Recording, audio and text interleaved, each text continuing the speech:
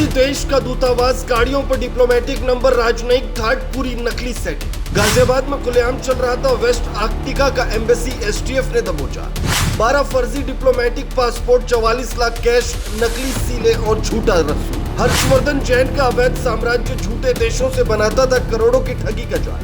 देश की नाक के नीचे खेला गया इंटरनेशनल ठगी का खेल अब पर्दाफाश हुआ। गाजियाबाद की सड़कों पर अगर आपने कभी किसी गाड़ी को डिप्लोमेटिक नंबर प्लेट के साथ शान से दौड़ते देखा हो सकता है कि वो असली न होकर एक जालसाज का भद्दा मजाक हो। और ये मजाक इतना बड़ा था कि एक फर्जी देश वेस्ट आर्कटिका का दूतावास पूरे ठाठ से चल रहा था। नाम हर्षवर्धन जैन, काम फर्जी एम्बेसी चलाना, लोगों को विदेशी काम का झांसा देना और शेल कंपनियों के जरिए हवाला रैकेट को अंजाम देना।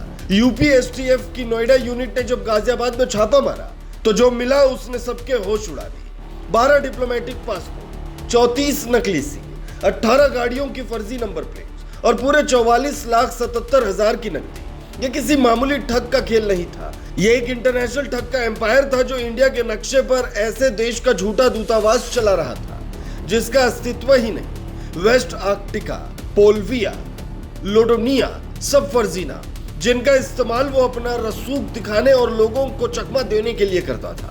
हर्षवर्धन ने प्रधानमंत्री, राष्ट्रपति और तमाम हाई प्रोफाइल लोगों के साथ मॉर्फ फोटो बनाकर अपनी पहचान एक डिप्लोमेट की तरह स्थापित कर ली थी।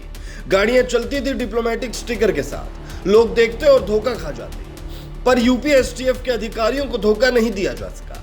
सटीक जानकारी और योजना के साथ उसे धर दबोचा गया।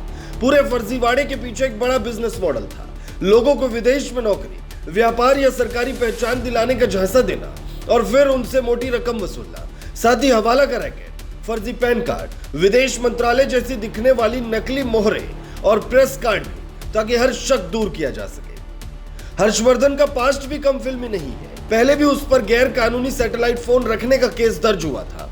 चंद्रस्वामी और international arms dealer Adnan Khashoggi से संपर्क की बातें सामने आ चुकी है। लंदन से एमबीए, दुबई में कंपनी और फिर वापस लौटकर गाजियाबाद में फर्जी एम्बेसी खोलना, ये सब एक गहरी और सोची समझी साजिश का हिस्सा था। ये सिर्फ ठगी नहीं थी, ये देश की सुरक्षा और प्रतिष्ठा से खिलवाड़ था। सवाल यह है कि इतने सालों तक ये सब खुलकर कैसे चलता रहा? क्या प्रशासन सो रहा था या दिखावा कर रहा था? अब जब सारा काला चिट्ठा खुल चुका है तो उम्मीद की जानी चाहिए कि हर्षवर्धन जैसे जालसाजों पर सख्त कार्रवाई होगी और ऐसे फर्जीवाड़ों को फिर से सिर उठाने का मौका नहीं मिलेगा। देश की नाक के नीचे नकली एम्बेसी चलाना यह सिर्फ अपराध नहीं बल्कि राष्ट्र के भरोसे का मखौल है और इसका जवाब कड़ा होना चाहिए, ताकि अगली बार कोई दूसरा डिप्लोमेट वेस्ट आर्कटिका या चांदनी चौक रिपब्लिक के नाम पर किसी और को लूटने का सपना भी ना देख सके।